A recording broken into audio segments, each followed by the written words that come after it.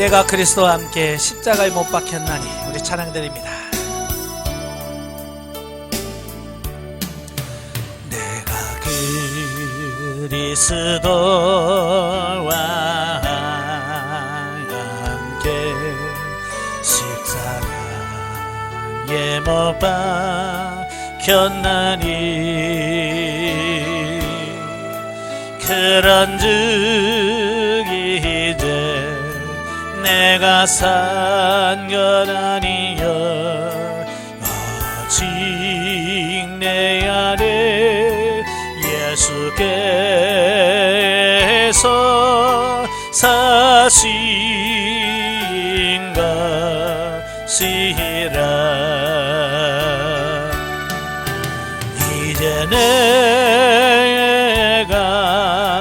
육체 가운데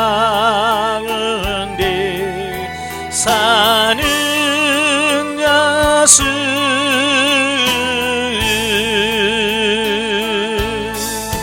나를 사랑하사 자기 몸 버리신 예수 위에 산 것이라. 이제 내가 육체 가운데 사는 것은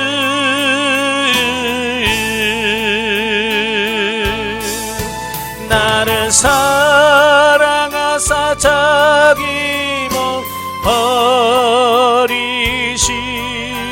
예수 위에 산 것이라. 아멘. 기도하겠습니다. 내가 그리스도와 함께 십자가에 못 박혔나니 그런즉 이제는 내가 산 것이 아니 오직 내 안에 그리스도께서 사신 것이라. 우리는 입술로는 고백합니다. 그러나 우리 삶 속에서는 여전히 내가 살아있음을 고백합니다. 철저히 내가 죽어지게 하시고 내 안에 예수 그리스도만 사는 역사가 있게 하옵소서. 오늘 영성과 영적 치유라는 우리 교제를 나눌 때 하나님께서 우리 지각을 누리셔서 알게 하시고 생각나게 하시고 깨닫게 하옵소서. 시종을 맡겨오며 예수님의 이름으로 감사하며 기도합나이다. 아멘. 오늘 이 시간에는 영성과 영적 치유라는 책을 같이 보도록 하겠습니다. 제가 이 책을 읽고요, 너무 좋아서 영성훈련 받으시는 분들에게 한번 다 읽어보시라 아무리 얘기를 해도 안 읽어요. 그래서 할 수 없이 그냥 강제로 우리 강의 시간에 같이 읽으면서 나눠보려고 합니다. 예전에는 영적 치유의 핵심이라고 이 찰스 솔로몬이 이 책을 쓸 때는 처음에 제목은 영적 치유의 핵심이었어요. 근데 그분이 다시 이걸 보완하고 해서 영성과 영적 치유라는 책으로 다시 편집을 했습니다. 그래서 좀 더 업그레이드된 책입니다. 우리 이 책을 읽다 보면 왜 우리가 영성적으로 왜 영중심으로 살지 못하는가, 이 부분을 많이 다루고 있어요. 특별히 이 부분은 상담학을 전공하신 분이거든요. 그러니까 우리 그 심리 상태라든지 이 영 상태를 굉장히 잘 깊이 통찰하시면서 쓴 부분이에요. 그래서 많은 부분에서 도움이 많이 될 겁니다. 자, 오늘은 제 1장입니다. 1장은 19페이지. 19페이지 보시면 1장 그리스도의 십자가 경험. 19페이지 봅니다. 자, 오늘날의 세상이 어떤지 잘 알고 있는 나로서는 여러분 자신이나 여러분이 살아가는 사람들이 인간의 힘으로 도저히 해결하거나 감당하기에 거의 불가능한 문제들을 만나고 있다고 확신한다. 얼마 전에 한 친구 목사와 목회자들이 사역자로 살아가면서 그들이 겪었던 심한 억눌림과 스트레스에 대하여 이야기를 나눈 적이 있다. 목회자들이 개인과 가정 안에 가지고 있는 많은 문제들과 교회 목회 생활 속에서 겪고 있었던 많은 갈등들에 대한 것이었다. 그는 또 이런 문제들을 예전에 가지고 있었던 그런 문제와는 상황들이 다른 새로운 것들이라고 합니다. 자, 지금 우리가 살고 있는 시대는 급변하고 있어요. 얼마나 빨리 변하는지 모릅니다. 그래서 이 시대가 급변하다 보니까 이 교회 안에서 신앙생활하는 성도들의 사고와 가치관들이 많이 차이가 나요. 예, 매우 달라져요. 그러니까 이렇게 교회 성도들 보면 60대, 70대들의 가치관, 그 다음에 40대, 50대의 가치관, 또 30대 젊은 사람들이 가지고 있는 생각들이 너무 차이가 나는 거예요. 예. 그러니까 예를 들어서 60대 이상은요, 교회에서 예를 들은 거예요. 교회 어지러워졌어요. 그러면 60대, 70대는요, 누가 말 안 해도 예, 빗자루 들고 청소합니다. 그지? 예. 근데 그 밑으로 내려가면요, 예, 할 생각을 안 해요. 잘. 30대, 40대는요, 사찰 찾습니다. 자기가 할 생각을 안 해요. 그 자기 보러 하려면 왜 내가 해야 되냐고, 내가 이런 거 하려고 교회에 나왔냐고. 그렇습니다. 그러니까 목회자로서는 그분들을 바라보면서 이걸 어떻게 해야 되지? 난감할 때가 참 많아요. 그러니까 제가 이제 안약에서 청년을 담당했어요. 우리 전도사, 교육 전도사한테 맡겨놨더니 너무 안 되는 거예요. 그래서 제가 담임하면서 청년부를 했는데, 이 사고 가치관이 다른 거예요. 너무 다른 거예요. 자, 우리 때는 뭐예요? 우리 내가 쏠게, 오늘 밥 먹으러 갑시다, 뭐 이러잖아요. 근데 애들은 그렇잖아요. 밥 먹으러 가자 그러면, 야, 얼마씩 타네? 처음에는 내가 그게 적응이 안 되는 거예요. 우리는, 야, 내가 살게, 다 가자, 이러는 문화잖아요. 그죠? 근데 애들은 안 그래요. 야, 오늘 밥 먹을 테니까, 야, 너 5,000원씩 각자 타네. 저한테도 목사님도 내셔. 그러니까 그 문화가 이해가 안 되는 거예요. 그래서 처음에는 이게 좀 그렇다 그랬는데, 해보니까 또 그 맞춰서 하니까 그게 또 좋은 거예요. 부담 없이. 예, 내가 오늘 다 살게, 오늘 굉장히 부담되잖아요. 그런데 자기가 먹고 자기가 내고 하니까 부담도 없고, 그렇게 되더라고요. 예, 그러니까 이런 가치관의 차이가 많이 있어요. 예, 그러니까 이걸 이해를 못하면 목회자들이 굉장히 많은 스트레스를 받고, 예, 젊은이를 바라보면서 이해가 안 되는 거예요. 왜 저렇게밖에 안 되니?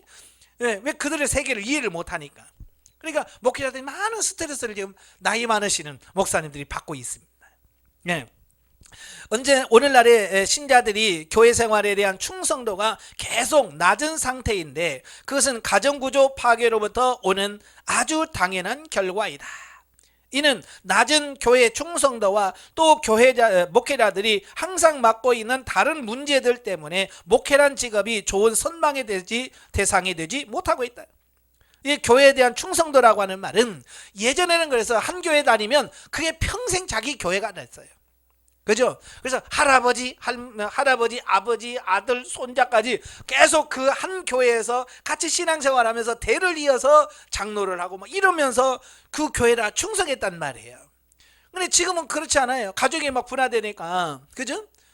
예, 자식도 크면 다 객지로 나가고 다 흩어지니까 어떤 한 교회에 충성하는 어떤 이런 게 없어졌어요. 핵가족화되면서.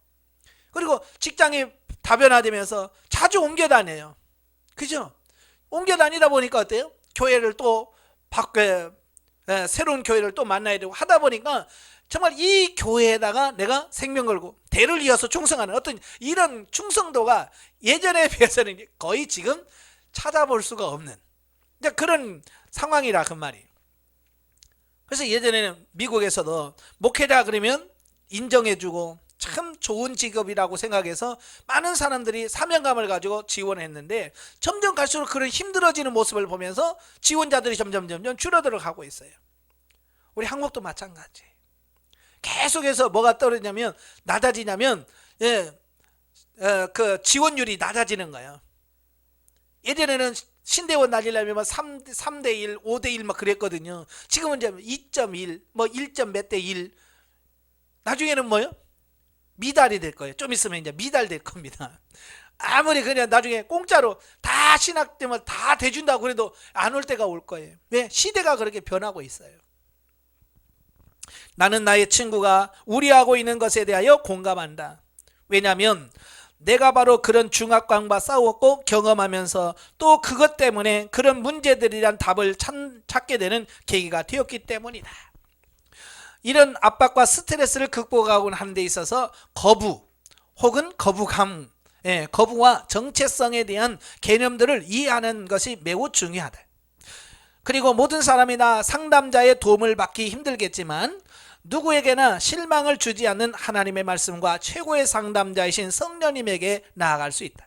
로마서 12장 2절에 바울의 말과 같이 하나님과 그분의 말씀만이 마음을 새롭게 함으로 변화를 받아 우리의 생애를 새롭게 만들어 줄 수 있기 때문이다.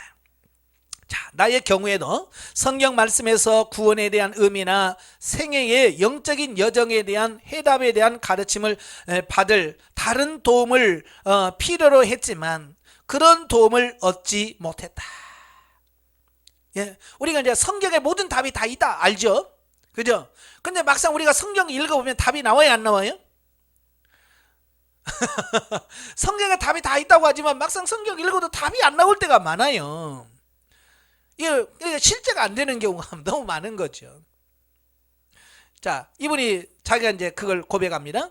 내가 17살이 되었을 때에 그리스도를 믿는 믿음을 가지게 되었다. 하지만 나는 아직도 정서적인 문제에 무거운 짐을 등에 지고 하나님 나라에 들어온 것 같았다.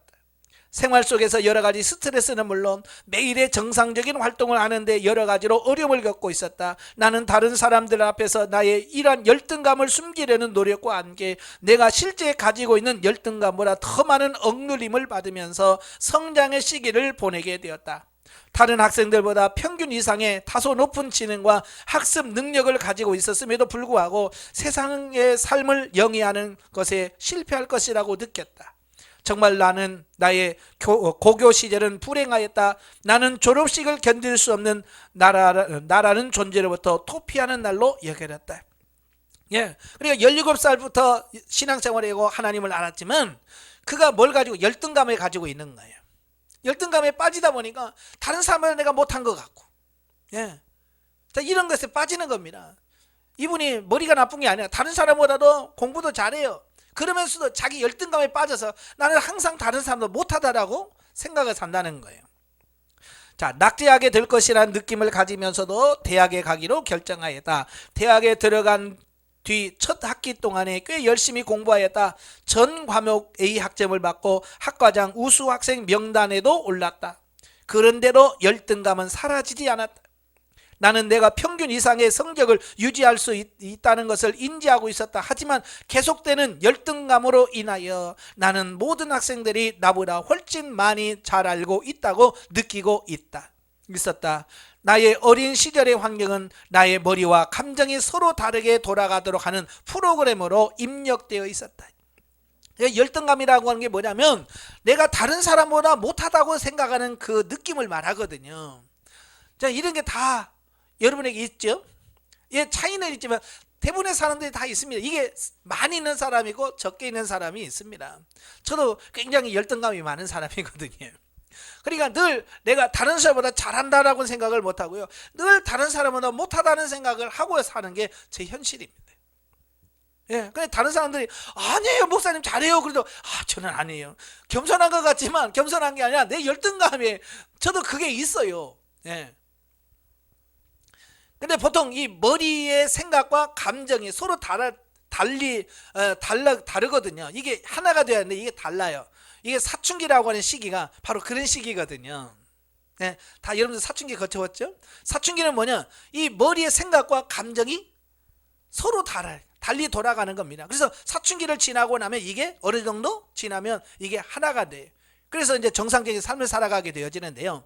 열등감이 강하면 이게 하나가 안 돼요. 계속해서 어른이 돼도 이게 같이 가는 겁니다. 이건 40이 돼도 50이 돼도 이게 따로따로 노는 겁니다. 그래서 문제가 생기는 거예요. 대학 2학년 때 나는 아내를 만났다. 그녀를 만나자마자 나는 그녀에게 내가 얼마나 열등한 사람인가를 확신시키려고 온갖 노력을 다하고 있었다. 다른 사람은 자기가 잘하는 걸 막 자랑하는데 열등감 있는 사람은요 내가 얼마나 못하는지를 자꾸 얘기를 해요. 자, 그렇지만 아내는 나의 평균 이상의 학업 성적을 알고 보아왔기 때문에 내 자신이 열등하다는 것을 열등하다라고 하는 것을 이해시키기 위하여 온갖 노력을 하고 있는 나를 이해할 수가 없어 했다. 그렇죠. 다른 사람 입장에서는 잘하는 사람이 못한다고 하니까 이해가 됩니까? 니는 나를 약 올리는 거야 라고 밖에 생각을 못하죠. 예. 마침내 우리는 결혼을 하였다. 2학년에서 3학년으로 올라가던 중간이었다. 내가 졸업반이었을 때 그녀는 먼저 졸업을 하고 학교에서 가르치고 있었다. 나는 대중 앞에서 말하는 직업에 도저히 자신이 없다고 생각하므로 엔지니어링 공학을 전공으로 시작했다. 무대 공포증으로 인하여 매우 제한된 전공 선택을 해야만 했다. 내가 최후로 전공한 것은 수학이었다. 그러다 보니 가르치는 것을 원하지는 않았지만 교사 자격증을 취득하였다. 마침내 나는 발티모어에 있는 록히드 마튼 회사에 취업되어 엔지니어로서의 생활을 시작했다. 그런데 내가 전공으로 준비하면서 가지게 된 직업에서 조차 나는 역시 열등감을 느끼고 있었다. 그러다 보니 내가 전공하여 준비하지 않은 일들에 대하여는 얼마나 더 어려웠겠는가. 그러니까 오늘날도 많은 사람들이 신앙생활하면서 심지어 영성훈련 받으면서도 극복하지 못하는 그 단계를 뛰어넘지 못하는 이 부분이 있는데 그게 뭐냐, 열등감에서 오는 부분이라고 말이에요. 그러니까 이 부분이 처리되어야 돼요. 그러니까 이 부분이 처리되지 않으면 교회에서도 계속해서 동일한 문제를 계속해서 당할 수밖에 없다는 것을 보게 돼요. 26세가 되었을 때에 세 자녀를 가지게 되었다. 나는 20대의 시간들을 내적 갈등으로 점철된 날들이었다. 나는 심한 우울증과 불안감으로 고통을 받고 있었으며 25세가 되기까지 위장염을 앓았다. 그러니까 열등감이 심하니까 결국 그게 스트레스가 되고 그 스트레스가 결국 위장병을 가져오게 되고 위장에 염증이 되어지는 거죠. 그래서 하루에 400mg의 토라진을 복용한 적도 있었다. 27살이 되었을 때 나는 파산 선고를 하고 예수 그리스도 주님께 온전히 내 인생을 맡겼다.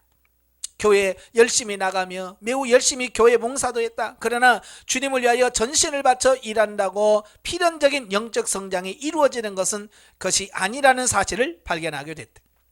자, 많은 분들이 이제 여기서 문제가 발생해요.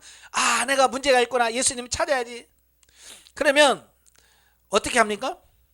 안 하던 이제 교회도 나가고 안 하던 봉사도 하고 안 하던 뭐 또 성경 공부도 하고 막 그러잖아요. 그러면 회복될 거라고 생각을 많이 해요.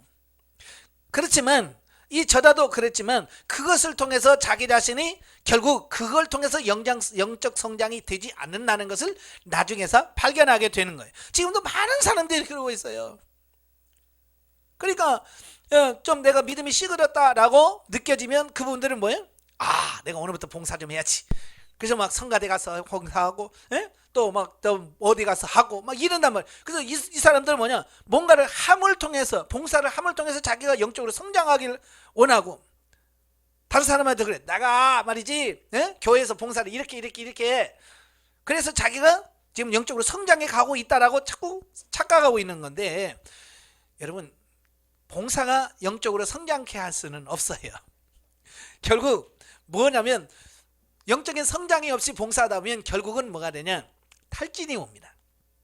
어느 정도까지 어느 정도 하다가는 아이고 또 안 되네 그러고 포기해버려. 더 힘들어지는 때가 와요. 자, 이전하는 회사를 따라 덴버로 이사하기로 결정하였고요. 덴버에서 우리는 엄격한 말씀 중심의 교회 다니는 생활을 하게 되었다. 끝없이 계속되는 엄격한 예배에 참석하였다. 내가 해야 할 일과 가정에서의 짐이 점점 증가했다. 그러나 증가하는 우울증과 불안감으로 인하여 그 환경에 대처해야 하는 나의 능력은 점점 상실해졌다. 직장일과 교회를 위한 계속적인 봉사가 내가 가정을 위해 주어야 했던 시간마저 빼앗아갔다. 이런 상황은 나의 병적인 감정들과 함께 가정에서 남편과 아내로서의 나의 역할을 거의 할 수 없도록 만들었다. 그러니까 율법적인 신앙생활이 또 문제가 되는 거예요. 뭐냐면 그저 교회에서 막 일을 시키는 거예요. 아예 집에 있는 시간을 다 빼앗고요. 교회에 와서 봉사하고 섬기고 막 이렇게 하는 거예요.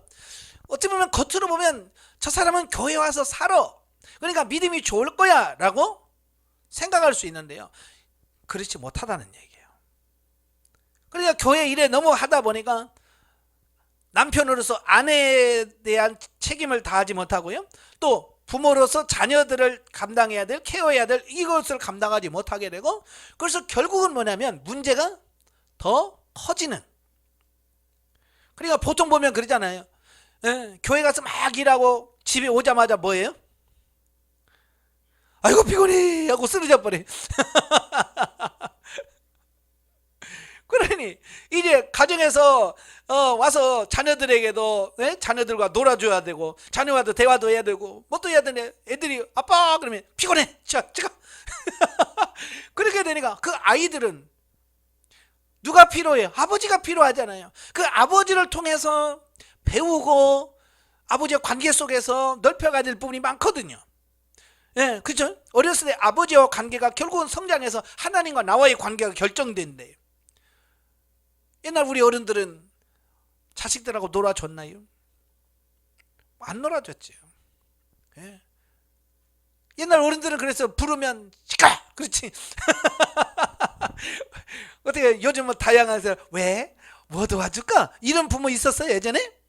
여러분 부모님 중에 그런 부모님 계셨어요? 없었어요.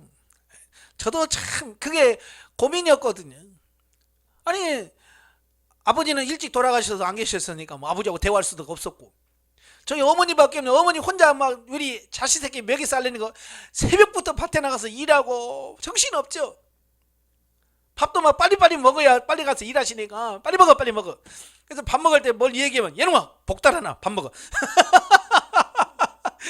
밥 먹다가 말 못하게 해요. 복달 하나 한다고. 그러니까 그냥 알았어 밥만 막 먹고 이제 밥 먹고 이야기하려면 상 갖고 나가. 그러니 뭐 대화가 되나요? 뭐가 되나요? 그러니까 성장해서 어른이 돼도 하나님과 관계가 잘 안 되는 이유가 어렸을 때 그런 교육이 안 돼서 그래요. 예. 그래서 너무 교회도 봉사를 너무 많이 해도 안 돼요. 집에 가서 쓰러질 정도가 되면 문제가 심각한 거예요. 그리고 교회에서 뭐가 안 돼요? 영적 충전이 안 되고 있다는 얘기거든요. 교회에서 봉사하고요, 집에 갔을 때 쌩쌩해서 더 힘이 나야 되는데, 대부분의 지금 한국교회 성도들이 뭐하냐, 집에 가자마자 그냥 집에 가서 아이고 다 들어갑니다. 네. 그러니 가정생활 안 되지. 예, 그다음에 주일날 힘을 얻고 직장에 출근해야 직장에서도 뭐 여러 가지 승리하는데, 그냥 주일날 온 에너지를 다 소모하고 힘 다 빠져가지고 가니까 직장에서 뭐 제대로 할 수 있겠어요? 피곤해가지고. 그러니까 직장 생활도 안 돼요. 다 안 되고 있습니다. 그래서 이런 부분들 우리가 잘 하셔야 돼요. 예. 일 많이 하고 교회 봉사 많이 한다고 되는 거 아닙니다. 예. 자기가 영적으로 세워질 수 있는 것을 해야 돼요. 예. 그래야 영적으로 성장하면서 하면 문제가 없습니다. 나는 내 자신을 잃어버리고 어떤 다른 활동과 일에 전념할 때는 어느 정도 나 자신의 느끼는 즐거움을 가지고 있었다. 그러나 나의 치유되지 않은 내적 갈등을 항상 그 즐거움 바로 밑에 숨어 있었다. 예. 그러니까 이걸 잊어버리기 위해서 뭔가 몰두하는 거예요. 뭔가 빠져버리는 거예요. 왜? 그래야 그걸 잊어버리니까. 이걸 뭐라고 그래? 중독이라고 그러거든요. 많은 사람들이 일 중독에 빠져요. 왜? 일 안 하고 있으면 불안해요. 예, 뭔가 자기는 뒤처지는 것 같고 안 되는 것 같고, 그래서 막 일을 만들어서 막 일을 합니다. 쉬지 않고 자기 몸을 힘들게 하는 거예요. 그러면서 자기 나름대로 성취감을 가져 해방된 듯해요. 그러나 그게 해결은 안 되거든요. 그래서 34살이 되었을 때 나는 다면경화증은 동맥경화증이에요. 동맥경화증에라는 잠정적 건강 진단을 받았다. 34살이면 젊잖아요. 그 진단 결과 세부 검사에서 다시 검증되지 않았을 때 개인적으로 나는 그 결과가 암이었으면 더 좋았을 것이라고 생각하며 실망했다. 차라리 암으로 죽는 편이 명예롭게 인생을 끝내는 기회라고 생각하게 됩니다. 그러니까 이 열등감이나 스트레스는 결국 가다 보면 내가 살아서 뭐하냐, 차라리 죽었으면 좋겠다, 거기까지 가는 거예요. 결론이 그거예요. 예. 그래서 열등감과 스트레스는 결국 자살로 끝나게 돼 있어요. 그래서 그걸 극복해야 되는 이유가 있어요. 자, 우울증과 불안감 증세로 1965년 10월에 절정에 이르렀다. 그때 나이가 35이었다. 그날 나는 회사에서 집으로 돌아오면서 내내 눈물을 흘렸다. 나는 출구가 없는 상자 안에 갇혀 있다고 느꼈다. 나는 성경에서 하나님의 이런저런 약속의 말씀들을 읽으면서 나의 그 상황에서 해답과 출구를 찾으려고 안간힘을 썼다. 예, 죽겠으니까 어떻게 벗어나려고 성경도 읽어보고 막 찾으려고 합니다. 그해 10월 25일 밤 나는 더 이상 하루라도 살아갈 수 없음을 알았다. 그때 나는 뒷머리에 심한 통증을 치료하는 중이었고, 만일 내가 그리스도인이 아니었다면 자살이 유일한 선택이었을 것이다. 예. 그래서 이게 스트레스라고 하는 게 굉장히 무서워요. 예. 예. 우리는 보통 스트레스 받았대, 뭐 스트레스래 라고 생각하지만요, 그게요 굉장히 커요. 스트레스가. 예, 저도 그래요. 이 스트레스가요, 예, 혈압 같은 거, 당뇨, 이런 모든 병의 근원이 스트레스에서 와요. 저도 한 2005년경에요, 저는 혈압이 없었거든요. 근데 2005년도에 갑자기 혈압이 140, 150까지 올라가요. 너무 혈압이 올라갔잖아요. 그냥 아무 일도 못하고 누워 있어야 돼. 누워 있어야 혈압이 떨어질 정도 됐어요. 스트레스가. 제가 훈련을 해서 강사로 일하면서 얼마나 많은 스트레스를 받았는지. 강의 스트레스 하루에 5개 6개 강의하고요. 그러면 또 상담에 대한 스트레스, 또 거기다가 또 대인관계에서 오는 스트레스. 야, 이걸 제가요 감당이 안 되더라고요. 감당이 안 되니까요, 어떻게 되냐면 이 목 근육, 뒷목 있잖아요. 이 뒷목에 보면 이 막대기를 2개를 이렇게 꽂아놓은 것 같아요. 이렇게 양쪽에 이게 목이 움직이지도 않고요, 좀 경직돼 가지고요. 예, 야, 그 스트레스가 무섭더라고요. 예. 그걸 이제 하나님께서 그걸 알게 하시고 풀어가는 거예요. 아, 내가 이렇게 스트레스를 받았구나 라고 느껴지면서부터 이제 하나님께 기도하면서 하나씩 풀기 시작하는 거예요. 자, 이 저자도 마찬가지예요. 그때 성령님이 내 인생의 기로에서 간섭하는 것이 바로 그때였다. 그날 늦은 밤 나는 갈라디아서 2장 20절을 읽고 있었다. 내가 그리스도와 함께 십자가에 못 박혔나니. 당시 나는 하나님에게서나 다른 사람에게조차 도움을 찾겠다는 어떤 희망을 포기한 상태였다. 그러나 하나님께서 은총의 손을 펴시사 주권적으로 그날 밤 나의 생애 속에 들어오셨다. 그리고 그날까지 지고 왔던 모든 불안감과 우울증과 뒷머리 통증과 모든 열등감에서 나를 해방시켜 주었다. 예, 한순간 주님을 만난 순간에 모든 게 해결돼 버리는 거예요. 오늘 저와 여러분이 바로 열등감이라든 모든 부분들은 하나님을 만나고 예수 그리스도를 만났을 때 해결된다는 거예요. 그게 해결되면 자동적으로 해결되어지는 겁니다. 이 전인적인 해방감이 하루 이틀 지속되었다.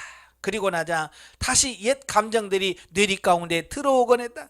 예, 오래 가지 못하고 또 오는 거죠. 예. 나는 성경에 말하는 성령 안에서 동행하는 삶을 배워야 했다. 첫 걸음으로 성령 충만 이후 나는 계속적으로 성령님께서 내 삶을 주관하도록 허락하시는 과정을 배워가야만 했다. 그러니까 많은 사람들이요, 은혜 받고요 해방되는 것을 경험해요. 근데 문제는 뭐냐, 그걸 지속적으로 유지하지를 못한다는 거예요. 왜요? 성령 충만을 계속 유지를 해야 되는데, 예? 그러니까 기도하고 뭐 할 때는 잠깐 돼요. 반짝됩니다. 근데 기도 쉬고 그러면 다시 또 원상태로 돌아가고, 이게 반복되어지다 보니까 나중에는요, 아, 이것도 소용없는가 보다 라고 한다는 거예요. 이걸 지속적으로 유지하는 게 중요한 거거든요. 그래서 기도도 마찬가지예요. 금불 떼듯이 반짝반짝 하면 안 되고요, 계속 기도해서 이게 끊이지 않고 가는 거, 이게 매우 중요한 거거든요. 나는 나의 새로 시작된 새 삶의 길에 나를 제자로 잘하도록 도와줄 사람이 없었기 때문에 이어진 2, 3년 동안에는 영적으로 올라갔다 내려갔다는 과정을 거치기도 했다.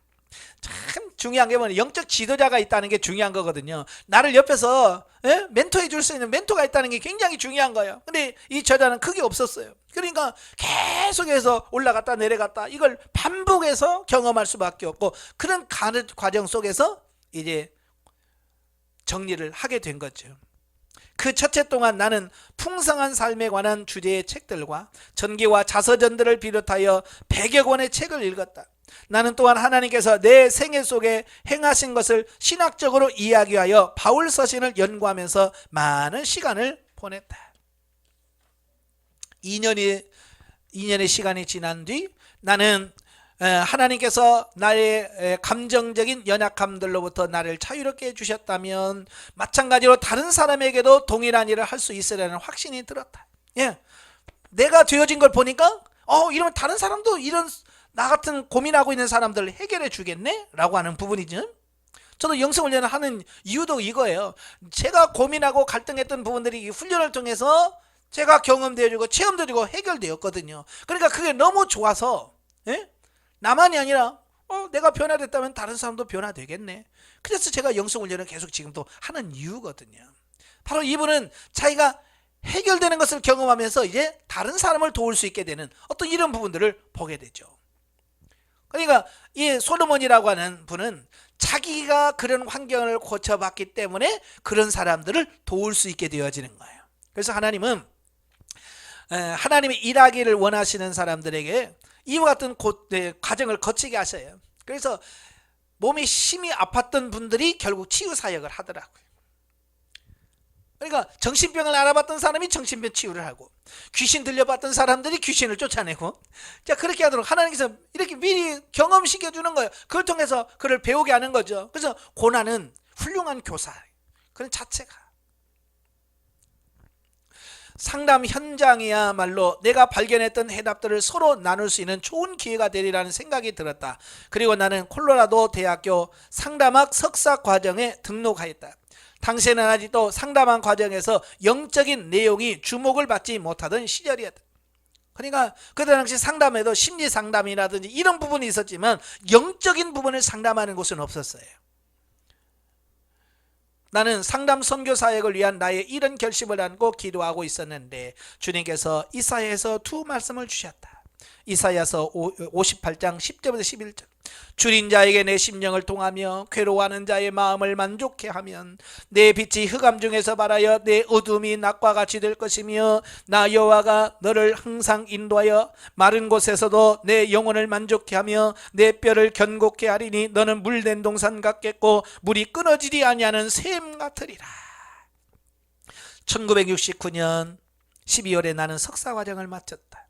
그리고 그 후에 하나님께서는 1월에 나를 항공우주산업의 자리에서 해고시키셨다. 참 하나님께서는 일도 주시고요, 해고도 시켜요. 왜? 다른 일을 해야 되니까. 계속 그 일을 하면 안 되니까. 그래서 1970년 2월 나는 상담 사역을 시작했고 동시에 북부 콜로라도 대학에서 상담학 박사학위를 시작했다. 나는 사람이 복합적으로 영적인 면과 심리학적인 면을 고려한 독창적인 프로그램을 개발하여 추진하는 일에 허락을 받았다. 나의 연구는 내가 영적 치유라고 처음 명명했던 분야로서 박사 학위를 받기로 되어 있었다. 그 학위 과정 중에 나는 오히려 그리스도인보다 무신론자, 불가지론자, 유태인 교수들이 큰 도움이 되었고 우호적임을 발견했다. 일부 그리스도인들은요, 그리스도의 십자가와 우리와의 관계가 우리 자신의 삶에 주는 효능에 대하여 언급하지 말거나 강조하지 말아야 된다라고 계속 강요했대. 예. 그러니까 기독교 신앙인들은요, 신앙에 깊이 들어가지 못하면 불신자들보다 못한 경우들이 참 많아요. 그래서 저와 여러분들이 그냥 단순히 교회만 다니는 사람이 되면 안 돼요. 정말 내 영이 거듭나고 정말 하나님과 깊은 관계에서 영적으로 성장해야 돼요. 예, 그러니까 이 교수도 그렇잖아요. 자기가 이 연구를 하는데 영적 치유해야 하는 분야를 연구하는 데 있어서 도움은 누가 준다고요? 불신자들이 주더라는 거예요. 교회 다니는 사람은 못 줘. 왜 그런 줄 알아요? 만약에 여러분이 교회에서 아이고 누가 우울증이래, 그럼 뭐라고 그래요? 여러분 뭐라고 그래요? 우울증 그거 믿음 없으니까 생기는 거야. 교회에서 좀 우울증이 있다 뭐 그러면 그 정신적인 뭐 어떤 분야를 가지면 좀 믿음 없어서 그래라고 매도를 시켜버려. 그러니까 교회에서 어디 뭐 정신적으로 좀 이상해 뭐 이런 말 못해요. 특별히 뭐 정신과 치료받는다 그러면 완전 교회에서는 뭐예요? 지금 믿음 없는 것으로 완전히 낙인 찍혀버리는 거예요. 그렇기 때문에 교회 안에서 어떤 정신적인 이런 부분들을 말을 못해요. 말을 못해요. 그러니까 이분이 영적 치유에 대한 부분을 이야기하는데 기독교인들에 대해서는 도움이 안 되는 거예요. 왜? 여러분도 그러죠. 뭐 정신적으로 좀 이상하세요? 그러면 아 그런 거 없습니다. 나는 기도하고요. 좋아요. 이러니까 말이 안 되는 거예요. 진짜로 살면서 그렇게 말하면 문제가 없겠지만 많은 문제를 겪고 있으면서도 그걸 깨닫지 못한다. 오늘날 아직도 일부 그리스도인들은 이러한 가르침에 도리어 반대하는 입장이다. 그러나 나는 방어적 태도만을 취하지는 않을 것이다. 그리스도의 십자가는 다수의 교제 장소에서 마련되는 것이 결코 아니며 앞으로도 십자가가 그런 것이 되지는 않을 것이다. 십자가와 그 가르침을 가슴으로 깊이 만난 사람들은 자신이 아직 목적지에 도착했다고 생각하지 않는다. 가장 밑바닥에 왔을 뿐이며 아직 끝이 아니라고 믿는다. 믿는 자의 삶에서 십자가는 깨어짐과 고통이다. 그것이 바로 우리 주님께서 겪으신 삶이다. 그러니까 고난 중에 절망하지 말란 말. 하나님께서 우리를 더 깊은 차원으로 끌어가시기 위해서 하나님께서 그런 과정을 가게 하시는 거예요. 그래서 목회자들이나 상담가들이나 심리학자들 그리고 정신분석가들이 모두 우리와 똑같은 사람이라는 것을 상기할 때 육체의 삶에서 승리를 향해 가야 할 여정이 우리들과 결코 다르지 않다는 것을 잊지 말아야 한다. 사실 십자가의 길에서의 끝내는 경주란 없다. 우리 중 어느 누구도 그의 주인보다 큰 사람이 없기 때문이다. 우리가 우리 주 그리스도를 경험하는 인생의 여정에서 진정한 승리를 원한다면 우리 모두가 주님의 십자가의 길을 가야만 한다. 신자가 이것을 깨닫기 전에는 상담이든지 목회에서든지 생명은 죽음에서 나오고 승리는 실패에서 나온다는 이 교훈을 계속 거부할 것이다. 그래서 오늘날도 이 진리를 모르는 겁니다. 그래서 고난은 고난이고 축복은 축복일 뿐이에요. 고난이 축복인데 그걸 연결하지를 못하는 거예요. 그냥 고난 당하면 죽는다는 죽는 소리만 하고 힘들다고만 하지. 왜 하나님께서 그 고난을 겪게 하셨는지. 만약에 이 솔로몬인 이 목사님이 이런 과정을 거치지 않았다면, 그 힘든 과정을 거치지 않았다면 이걸 어떻게 깨닫겠어요? 그렇죠? 여러분도 마찬가지예요. 어떤 고난에 빠뜨리게 하신 것은 여러분들을 통해서 깨닫고 뭔가 하나님께서 여러분들에게 가르치시고 다음 단계로 끌어가시는 과정이란 그 말이에요. 그러니까 우리는 고난 중에 감사해야 돼. 내가 1965년 절망의 날들 속에서 알게 된 것은 예수 그리스도의 십자가의 체험을 한 번에 끝내는 것이 아니라 진행 과정에서 계속되는 경험이라는 것이다. 한 번 했다고 되는 게 아니란 말이에요. 끊임없이 나는 십자가에서 못을 박는 삶이 계속돼야 돼. 하나님께서 그 날들과 그날 이후로 계속해서 나의 삶관에서 많은 일들이 일어나도록 허용하셨다. 왜냐하면 그것들이 내가 영적으로 성장해 나가는 좋은 자양분이었기 때문이다. 우리 모두가 위치 혹은 지위로 이미 그리스도 안에 들어와 있지만 상태로는 우리 모두가 그리스도인이 되어가는 경험의 과정 속에 있다는 것을 나는 배우게 되었다. 우리가 언젠가 그분과 함께 거하게 될 때까지 우리는 이 세상에서 그리고 우리 자신들 안에서 계속해서 죄를 처리하고 싸워야 되는 여정을 피하지 못할 것이다. 저와 여러분은 완벽한 존재가 아니고 그 존재를 향해서 열심히 가는 과정이란 말이에요. 과정. 이걸 우리가 분명히 인식하셔야 됩니다. 그래서 우리는 끊임없이 이런 과정을 통과하셔야 돼요. 어찌 보면 세상에서 그 삶을 완성을 못 볼 수도 있어요. 싸우다가 갈 수도 있고요. 그러니까 빨리빨리 해서 완성해서 가시길 바래요. 자, 거부와 그 결과. 상담에 대한 모든 연구들이 수년간에 걸쳐 지속적인 발전을 거듭해 왔다. 내가 1970년 사역을 시작할 때 나는 내담자와의 그 면담 과정의 일부로 그들의 지난 생의 내력을 파악하려고 노력했다. 그 과정 중에 내가 상담했던 사람들의 생애 속에서 나오는 공통적인 실마리를 발견했다. 그것은 거부당함이었다. 어떤 내담자들은 명백한 거부를 말로 또는 신체적으로 그들의 부모님이나 그들의 삶의 중요한 사람들에게 받았던 적이 있었다. 그 외에 다른 사람들은 좀 더 미묘한 상황으로 말미암아 거부를 받았다. 그러니까 정신적으로나 이런 영적으로 좀 힘들어하는 사람들은 다 한결같이 뭐가 있더라는 얘기예요. 그가 인생 살아오는 과정 속에 거부, 다른 사람으로부터 거부를 당해본 상처가 있더라는 거예요. 예.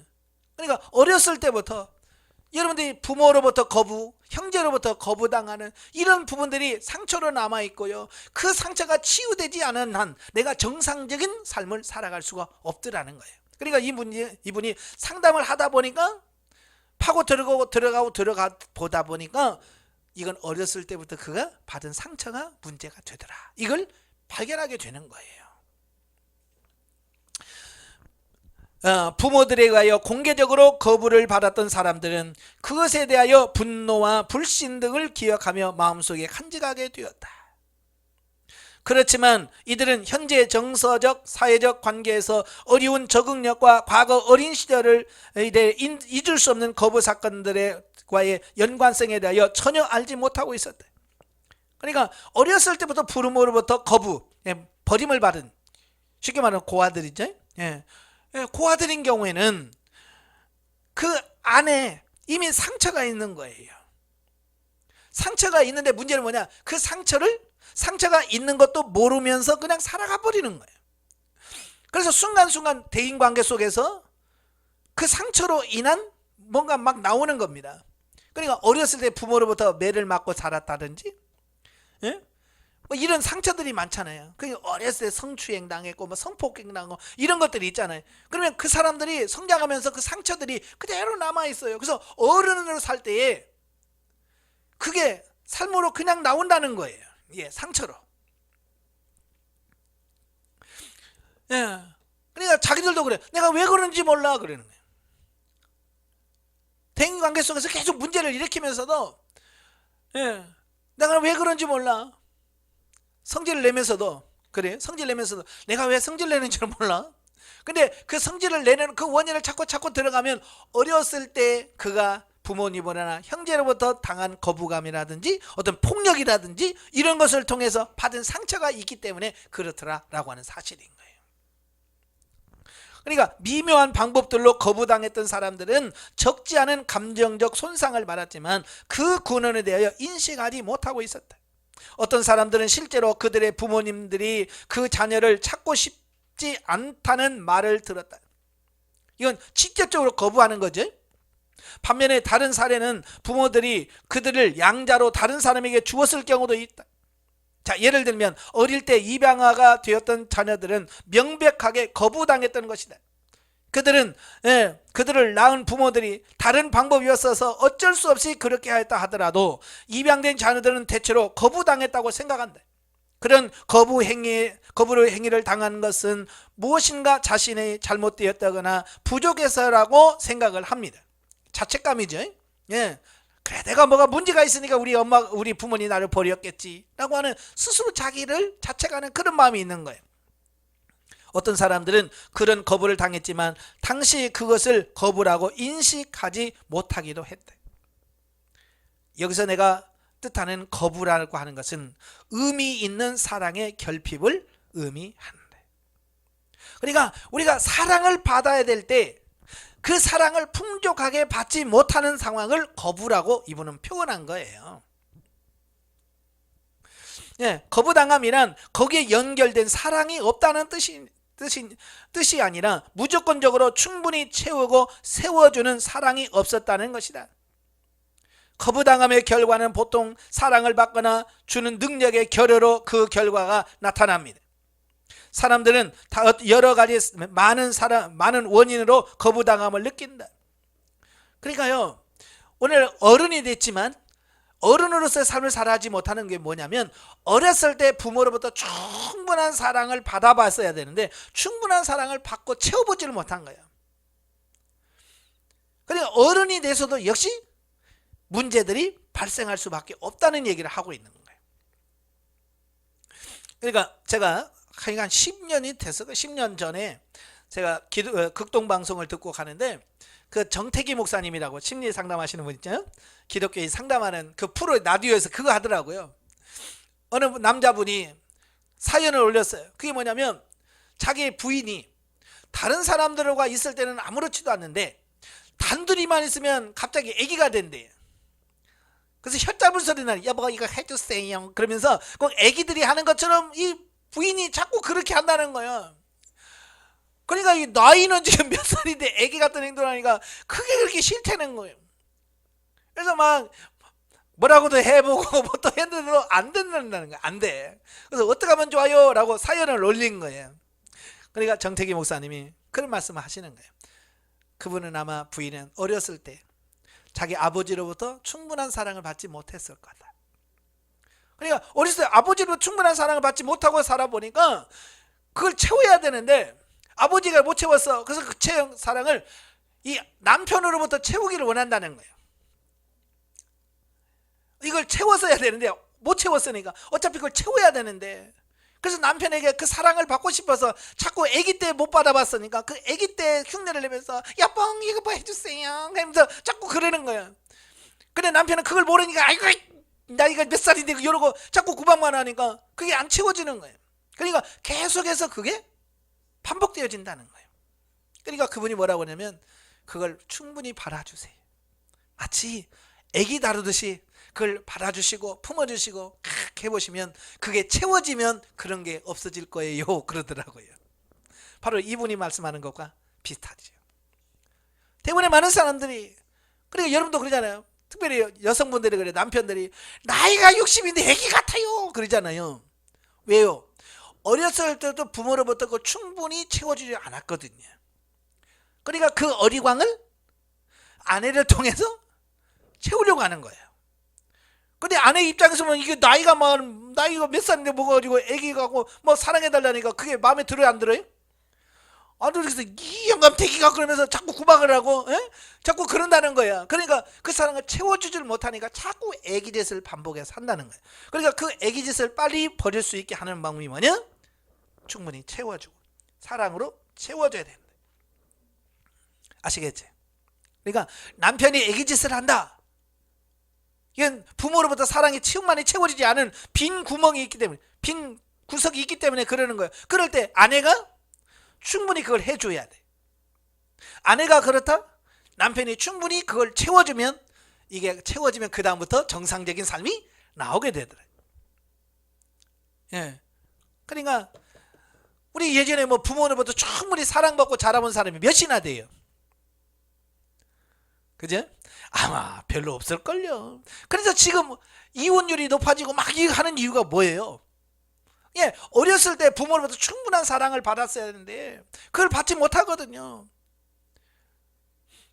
지금 이혼율이 높아가는 그 세대를 보세요. 그 부모들이요, 돈 번이라고 정신없어서, 그죠? 자녀들에게 뭘 충분한 사랑을 해줬겠어요? 그냥 먹을 거나 잘해주고 뭐 이러면 다 해주는 줄 알고 돈 벌어가지고 애들 막 먹을 거나 충분히 해주고 이랬잖아요. 근데 아이들은 그거 돈 갖고 사는 게 아니잖아요. 부모의 사랑을 받아야 되는데, 근데 그 사랑을 채워주지 못하니까 결혼해서도 상대방에게 채워달라고 하거든요. 근데 상대방이 그 이해가 돼야 안 돼요? 상대방도 뭐요?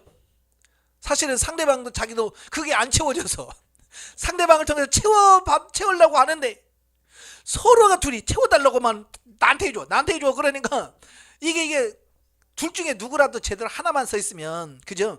둘 중에 누구 하나만 있어 채워지면 그 부족한 부분을 채워주니까 그게 되는데 둘 다 안 채워지는데요. 그러니까 서로 싸우다가 도무지 우리는 안 맞다. 그래서 이혼의 이유가 1위가 뭐예요? 성격차. 성격차라고 하는 것은 뭐예요? 사랑이 안 채워진다는 얘기예요. 그래서 참 문제가 심각한 거예요. 그러니까 부부 중에 누구 하나라도 사랑이 하나 채워지면 괜찮아. 왜? 그 사람이 채워진 사람이 나눠줄 수 있으니까. 그런데 그게 안 되어지면 결국 도장 찍을 수밖에 없는 거예요. 그러니까 여러분의 지금 60, 70, 80, 90이 되어도 아직 애기 짓을 자꾸 한다는 얘기는 아직 채워지지 않는다는 얘기예요. 그 부분을 여러분들이 어떻게 해야 돼요? 채워줘야죠. 아시겠죠? 나이가 몇 살이냐고 묻지 마세요. 나이를 묻지 마세요. 그 안에 어린 아기가 있는 거예요. 그 안에 아기가 있어요. 그래서 성인 아이라는 표현을 씁니다. 상담용어에서 성인 아이다. 이 안에 성장하지 않은 아이 같은 속성이 아직도 있더라는 거예요. 그게 많이 있으면 어른이라서 철이 안 드는 거예요. 예, 철이 안 들어. 그래서 뭐 40살이 되든 50살이 되든 아기 때 같은 데만 골라서 하잖아요. 그죠? 혹시라도 여러분의 자녀들이 그렇다고 한다면 여러분들이 회개하셔야 돼요. 내가 충분하게 사랑을 채워주지 못했구나. 내가 사랑으로 채워주지 못했구나. 이걸 회개하셔야 돼요. 맨날 가가지고 너는 몇 살인데요? 그렇게 하는 것이 꼭 애기같이 하냐라고 말하면 자기 책임을 그 자녀에게 떠넘기는 것 되잖아요. 자, 그 다음에 과잉보호. 거부도 부족한 부분도 문제지만 이 과잉보호라고 하는 부분도 이 성취에 기초한 수용, 부모님의 조기 사별, 긴 유아기의 보호 기간, 부모들이 원하던 성의 자녀가 아닌 경우 등 여러 가지 원인이 될 수 있다. 그죠? 가끔 보면 그러잖아요. 아들 낳았는데 네가 나와가지고 애기 때부터 많이 구박 많이 받잖아. 예전에 딸 많은 집은요, 딸들이 얼마나 많은 상처를 받습니까? 그죠? 아들 바른 애를 딸 나와. 그러면 할머니부터 구박받지, 할아버지 구박받지, 남편한테 아버지한테 구박받지. 예전에 딸 많은 집에서는 얼마나 구박 많이 받습니까? 그러니까 그게 상처가 되어야지. 때때로 매우 미묘하게 의도와는 상관없이 인식하지 못한 채 피할 수 없는 원인 등으로 또 앞에 여러 가지 원인이 종합되어 거부를 받게 됩니다. 자,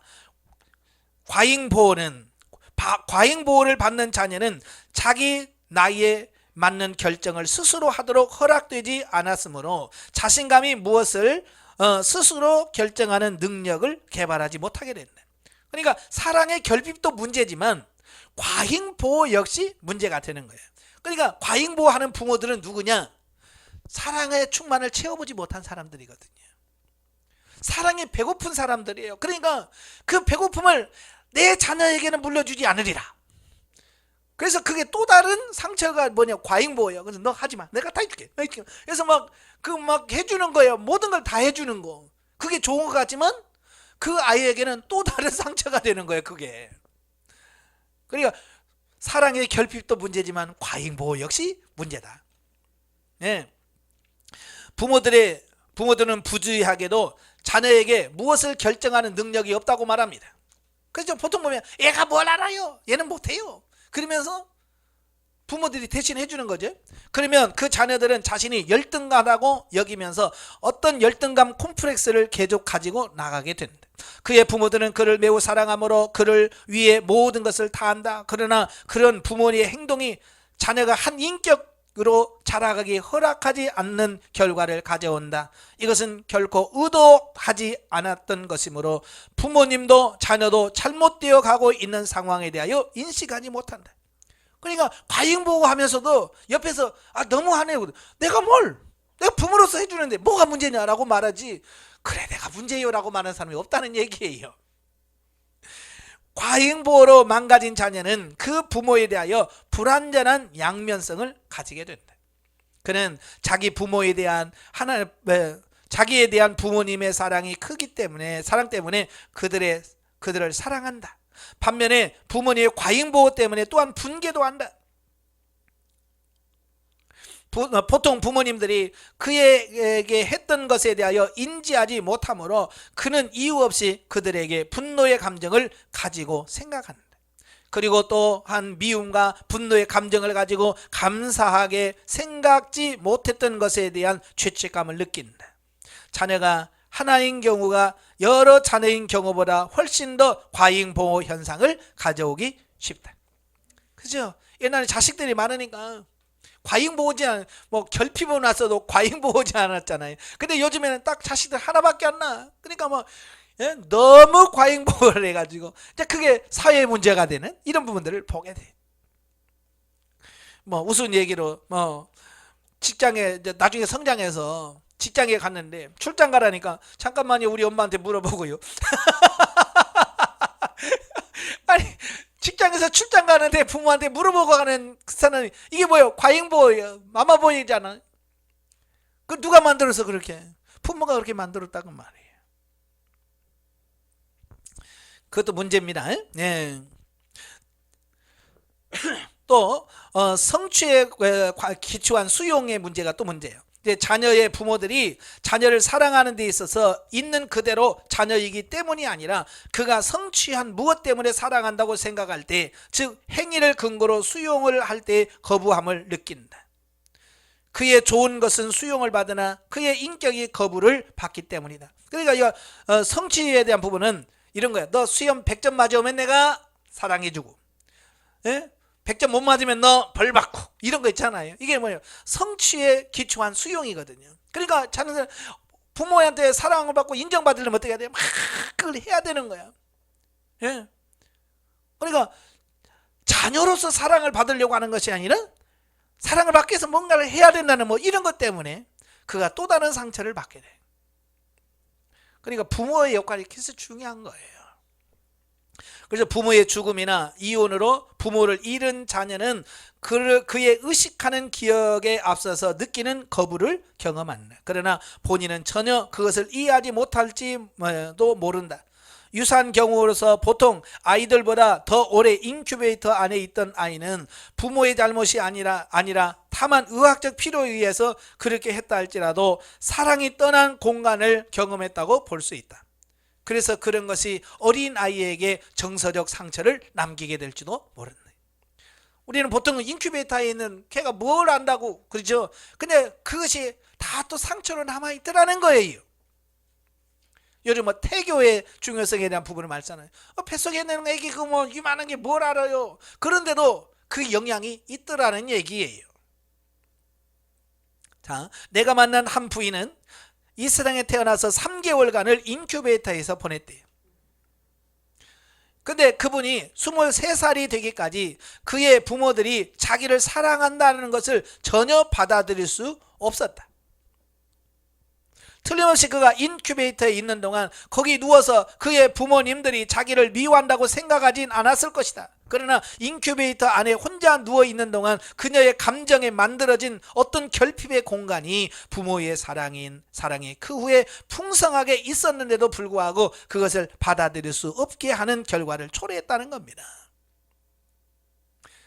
그녀는 사랑을 받고 있었으나 감지하며 느끼는 것이 거부감이었다라고. 그러니까 그게 그 인큐베이터가 어릿속에 들어가 있는 게 어떻게 알겠어요. 그죠? 그런데도 그게 남아있더라는 겁니다. 그러니까 본인도 모르고 나중에 부모들이 내가 너를 그렇게 사랑하는데 왜 너는 나를 이렇게 안 받아주느냐? 원인을 모르는 거예요. 그 인큐베이터에서 형성된 걸 어떻게 알겠어요. 그죠? 그러니까 부모들, 야, 내가 너를 그렇게 사랑하는데 왜 너는 나를 이렇게 못 믿니? 라고 말할 수밖에 없는 거죠. 서로 모르니까 갈등할 수밖에 없지. 또 다른 한 아이는 그 부모들이 죽음으로 멀리 떠나가 버리면 1차적인 사랑과 수용의 자원을 잃게 된다. 그래서 그것이 부모의 잘못도 아니지만 부모의 부재가 그 자녀의 인간관계에서 계속적으로 성인이 될 때까지 영향을 끼친다. 그렇죠. 부모가 돌아가시는 거 뭐 그거 어떻게 해요. 그렇게 가는 걸 어떻게 해요. 그렇지만 여전히 자녀에게는 그게 상처라는 거예요. 믿고 의지하던 부모를 잃음으로써 성인이 되어서도 어떤 사람을 신뢰하는 일에 큰 어려움을 느끼게 된다. 14살의 한 소년이 있었는데 그의 아버지와 형이 교통사고로 죽었다. 어머니는 중상을 입었다. 그는 6살이었을 때였다. 그는 학교에 다닐 수 없어서 선생님이 그의 집에 와서 그를 가르쳤다. 내가 그에게 믿음으로 하나님께 모든 것을 맡기는 것에 대하여 가르칠 때 그는 갑자기 내가 그의 배를 칼로 찌르기나 한 듯이 움켜쥐고 있었다. 그리고 그는 내게 제산제를 가지고 있냐고 물었다. 그는 9년 동안 심한 정서 문제 속에 지내고 오고 있는데 어떻게 할 수가 없었다라고 말합니다. 그러니까 어쩔 수 없지만 그게 부모가 갑자기 교통사고로 죽고 막 이런 과정이 자기에게는 상처로 남아있는 거예요. 예. 그래서 그것이 올 때마다 이 위에서 막 위산이 쏟아져 나오니까 막 속쓰리고, 예? 자, 그러니까 그 위에 제산제를 먹어야 되는 이런 스트레스를 9년 동안이나 고통받고 있었다는 거예요. 이게 원인을 모르는 거죠. 왜 자기가 그런 줄 모르면서. 예. 설마 부모가 일찍 돌아가신 그것이 자기에 그렇게 영향을 미쳤을지도 자기도 모르는 거예요. 그냥 원인을 모르는 거예요. 이런 거부감의 증상으로 고통을 받고 있는 사람들은 그의 성격의 어떤 면에서 자신을 심히 거부하게 된다. 때로는 그의 그런 증상이 사회적으로 수용될 수 있을 만한 정도로, 어떤 경우에는 수용될 수 없는 심각한 정도로 나타납니다. 그러니까 사람마다 정도가 심하면 아예 다른 사람들이 다 알 수 있게끔 심한 경우도 있고, 좀 덜 심한 경우는 자기만 알고 다른 사람 잘 모르는 경우도 있고, 특히 그를 괴롭히고 있는 건강하지 못한 감정들을 메꿔보려고 노력할 때 사회적으로 받아들일 수 없는 무리한 행동이 나오게 됩니다. 그래서 요즘에 갑자기 뭐 묻지마 폭력 같은 거 나오잖아요. 그죠?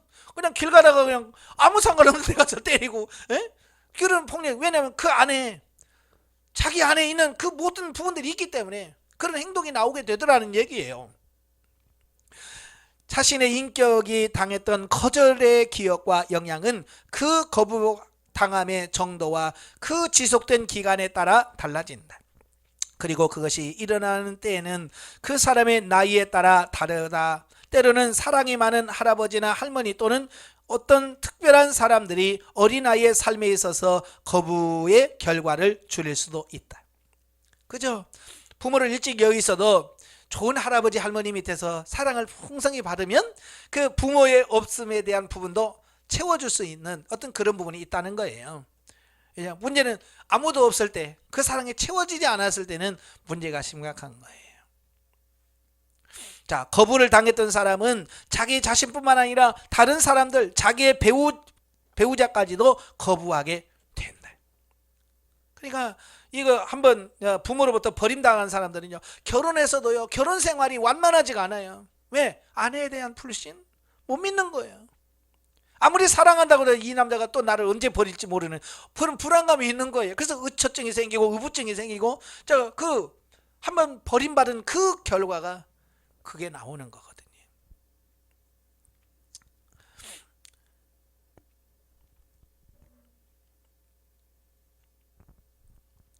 자, 그래서 이 거부당한 사람들은 또한 자신의 책임은 없는 것으로 무마하면서 다른 사람들과 어떤 관계 속에서 문제가 생기면 모든 책임을 다른 사람에게 돌리려 한다. 그러니까 이 거부당한 사람들의 공통적인 행동이 하나가 뭐냐면 다른 사람에게 모든 책임을 다 떠넘긴다는 거예요. 나는 책임 없어. 다 당신 탓이야. 너 때문이야. 그래서 부모는 자식 탓하고, 자식은 부모 탓하고, 부모는 또 서로 당신 탓이야라고, 그러니까 다른 사람의 탓을 많이 하는 거예요. 여러분도 혹시 누구 때문이야, 누구 탓을 하고 있다면 나도 언젠가는 누군가가 거부당한 경험이 내 안에 있다는 거예요. 어렸을 때 부모로부터, 어머니로부터, 아버지로부터, 아니 형제로부터 거부당한 상처가 남아있기 때문에 그 상처가 모든 사람을, 다른 사람을 탓하는 이런 걸로 나오더라 그 말이에요. 또 거부당한 사람들은 책임을 수용하거나 거절하는데 문제를 가진다. 예. 그러니까 이 거부당한 사람들은요, 자기가 책임을 지려고 하지 않고요, 또 반대로 거절을 못해요. 왜? 자기가 거부당해보면 거절이기 때문에 남이 부탁을 하면 나 못해요 라는 말을 못해요. 사는 사람들은 아주 착해서 거부를 못한다고 하죠. 아니에요. 착한 게 아니에요. 그러면 어렸을 때부터 거부당해본 이런 상처가 있기 때문에, 자기 상처를 알기 때문에 다른 사람이 자기가 거부하면 그런 상처를 받을까봐, 그죠? 그래서 무슨 부탁을 하면 나 못해요, 나 안 해줍니다, 이 말을 못하는 거예요. 그런 사람들은 어떤 것을 시도하다 실패하는 것보다 차라리 아무 시도도 하지 않으려 합니다. 아무 일도 안 하려고 하는 사람들 보통 보면 이 거부당한 경험이 있는 사람들이래요. 왜냐하면 올지도 모를 실패가 더 자신을 비참하게 만들 수 있기 때문이다. 그런 예의 사람은 하나 알고 있는데, 그는 신뢰받을 만한 일을 하던 화학 엔지니어였다. 그는 자신을 한 인간으로서 또는 피고용자로서 실패자라고 생각하고 있었다. 어느 날 그의 상사가 그에게 와서 우리가 당신에게 $5,000의 봉급 인상을 해주고 자동차도 한 대 주겠다라고 말했다. 그는 상사의 제안에 대답하기를 그래요? 그렇다면 난 사직하겠습니다 라고 했다. 그리고 그는 벌떡 일어나 사무실 밖으로 걸어갔다. 이해가 돼요? 직장에서 봉급 올려주고, 네? 회사에서 차도 한 대 대주겠습니다. 그래 나 오늘 글 만들래요. 여러분 이해가 돼요, 안 돼요? 바보 어떻게 왜 그럴 수 있지만 그 사람은 뭐예요? 얘가 거부당한 것 때문에 수용하는 능력이 없어지는 거예요. 그걸 받아들일 수 있는 이런 부분이 능력이 없어요. 그러니까 그걸 더 줘도 이게 받아들일 수 없는 어떤 이런 부분을 보게 되는 거예요. 그러니까 가끔 그러잖아요. 승진해서 나는 직장 그만뒀다. 그런 사람 들었어요, 안 들었어요? 그런 사람도 있잖아요. 왜? 어렸을 때 거부당해본 상처가, 그걸 받아들일 수 있는, 자기에게 어떤 책임을 쥐어주고 이런 걸 못하는 거예요. 그래서 교회에서도 그래요. 집사님 좀 여전도 회장하시죠. 그럼 막 죽어도 못한다고 막 거부하는. 예? 그러면 그것도 뭐 교회로 안 나와버리고 막 그러거든요. 왜냐하면 그분은 틀림없이 어렸을 때 거부당하면 상처가 있기 때문에 어떤 책임을 주어지면 못해. 그냥 하라면 해. 그냥 본사하세요 그러면 하는데 어떤 조장, 분장 뭐 이런 거 주면 뭐 이걸 못해. 왜? 자기가 거부당하면 그 상처가 있기 때문에 수용하고 책임지는 이 부분에서 감당할 수 있는 능력이 없기 때문에 그래요.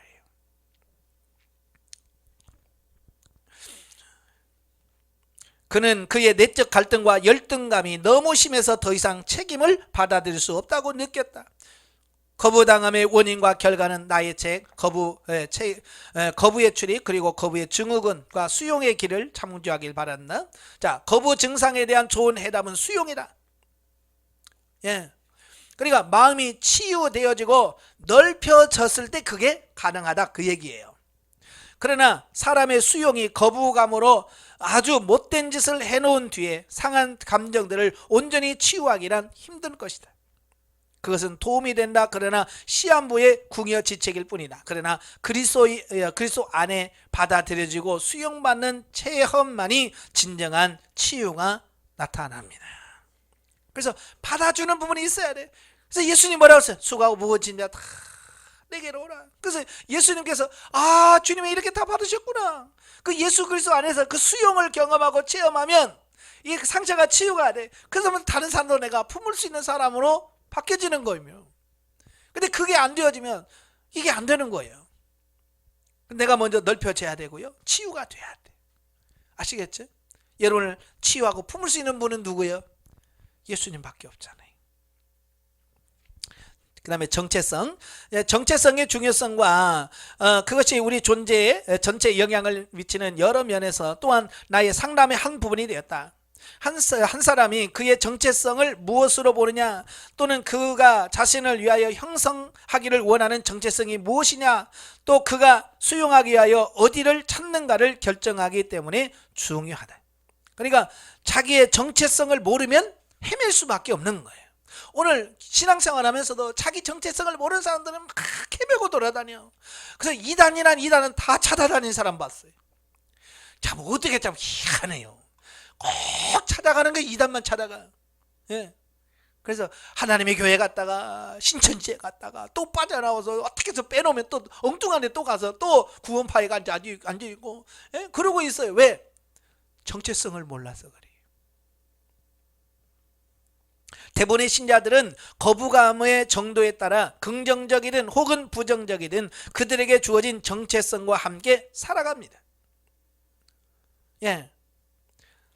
여기 저자는 이걸 정체성이라고 표현했지만 우리 훈련원에서는 이걸 자아 형성과 밀접한 관계가 있어요. 예.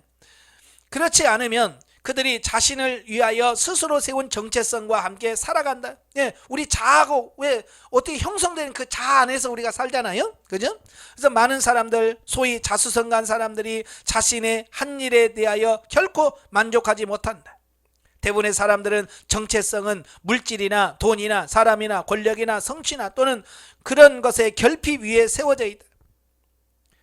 그러나 이러한 일시적인 것들 위에 세워진 정체성은 자연적으로 예고 없이 변하게 되어 있다. 예.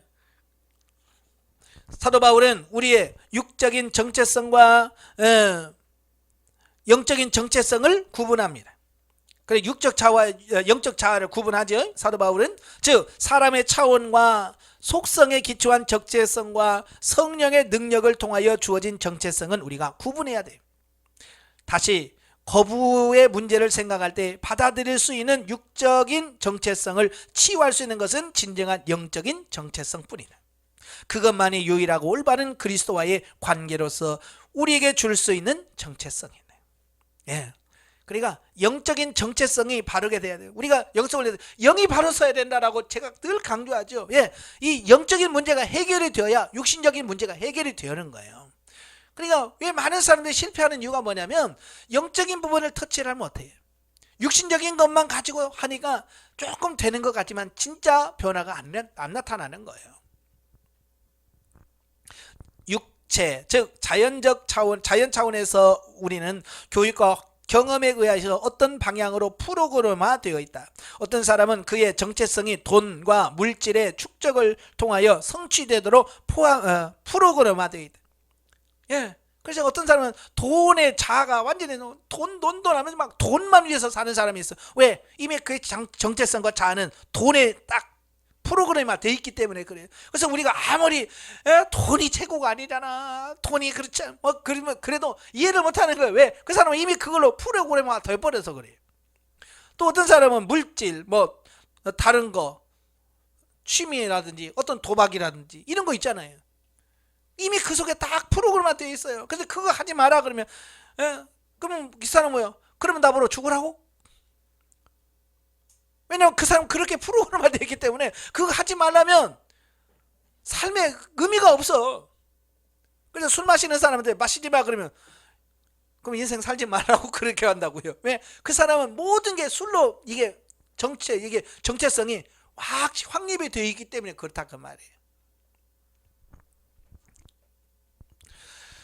어떤 사람은 감정을 향하여, 어떤 사람은 심지어 종교적 추구를 향하여 프로그램화되어 있다.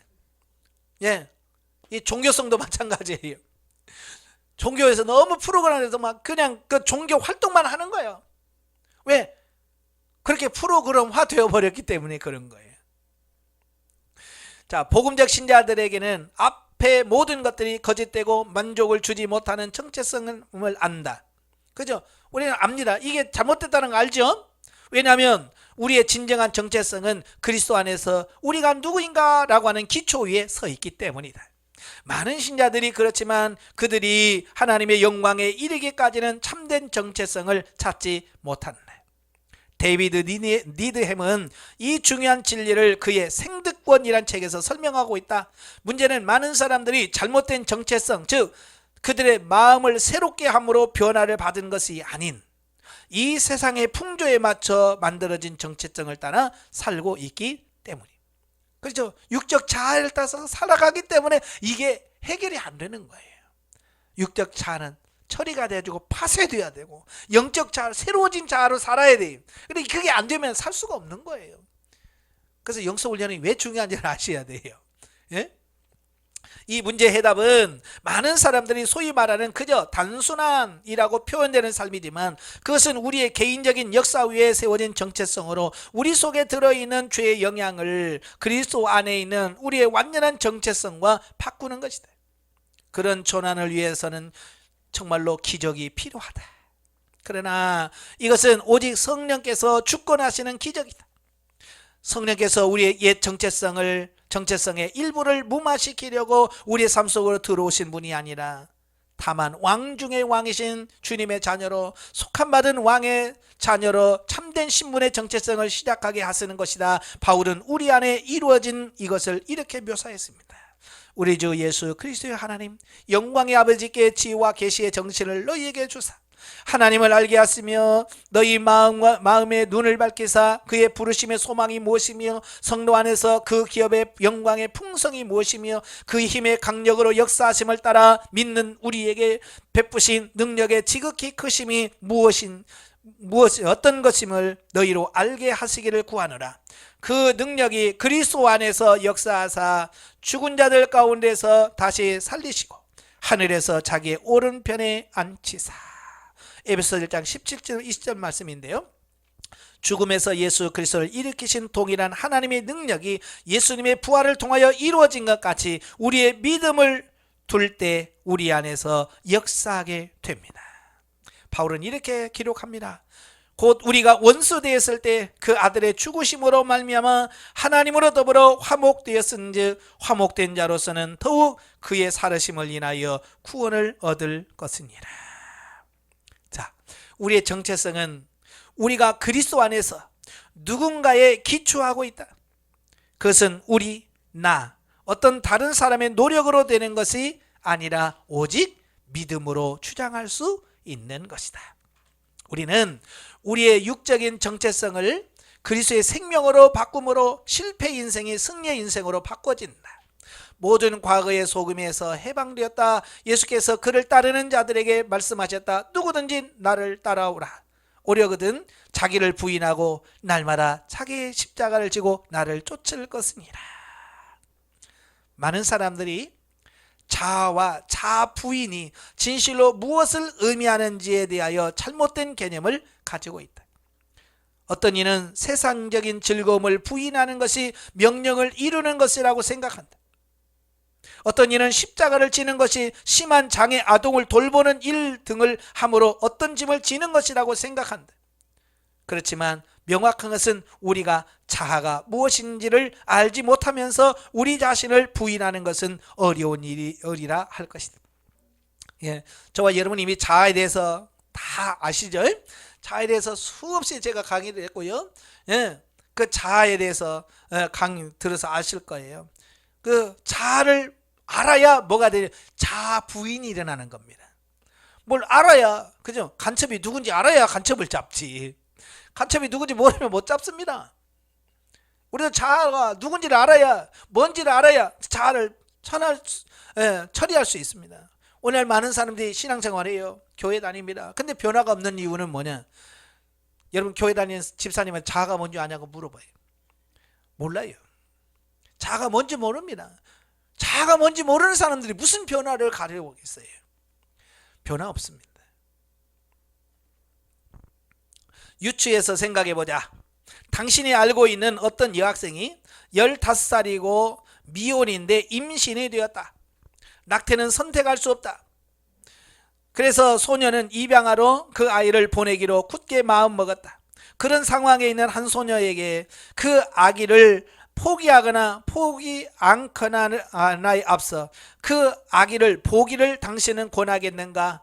두 선택 중에서 어느 것이 당신이 추천하기에 더 합리적이라고 생각하는가?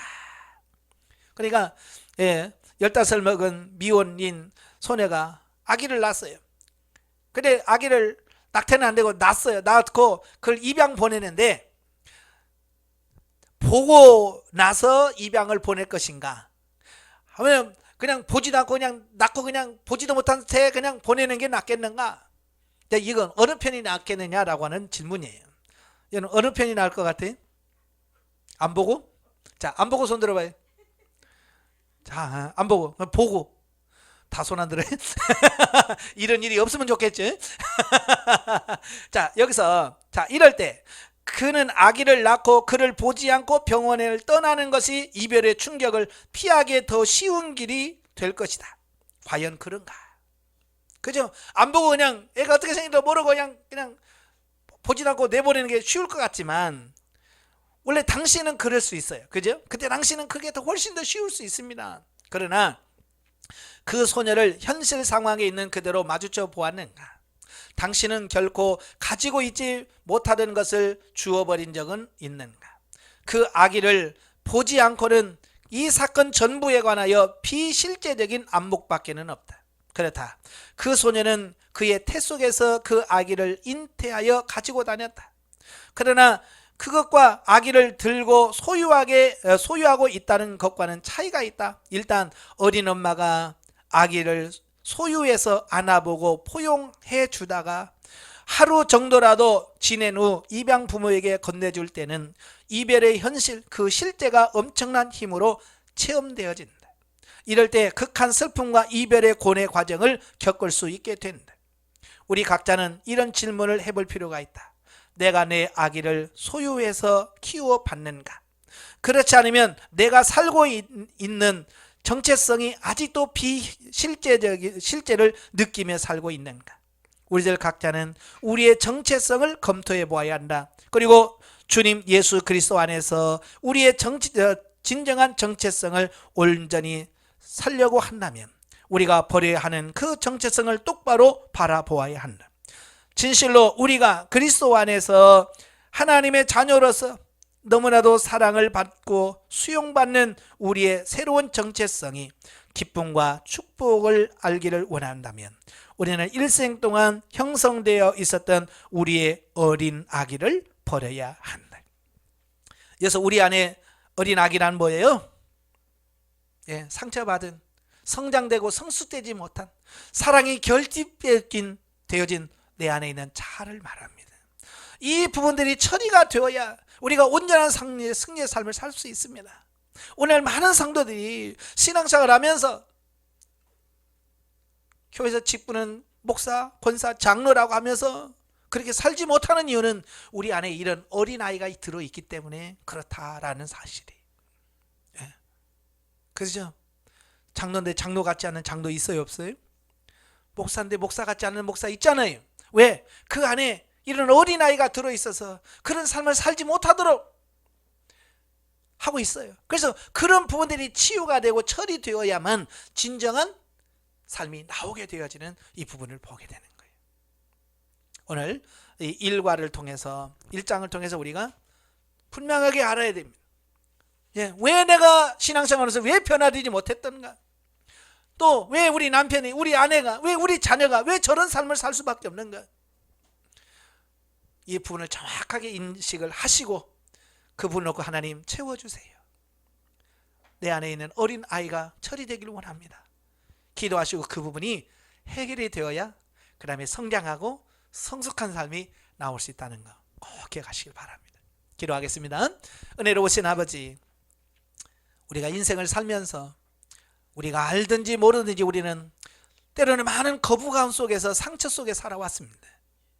그 상처가 우리로 하여금 하나님의 자녀다운 삶을 살지 못하게 만들었습니다. 우리를 변화시켜 주옵소서. 우리 안에는 상처가 처리되게 하시고 아버지, 채워지지 않는 어린아이, 내 안에 성숙되지 못한 자아, 주님 처리시켜 주옵소서. 그래서 정말로 하나님의 자녀다운 삶, 성숙한 그리스도인의 삶을 살 수 있는 우리가 될 수 있도록 주님 도와주시옵소서. 예수님의 이름으로 감사하며 기도합나이다. 아멘. 하나님 경드립니다.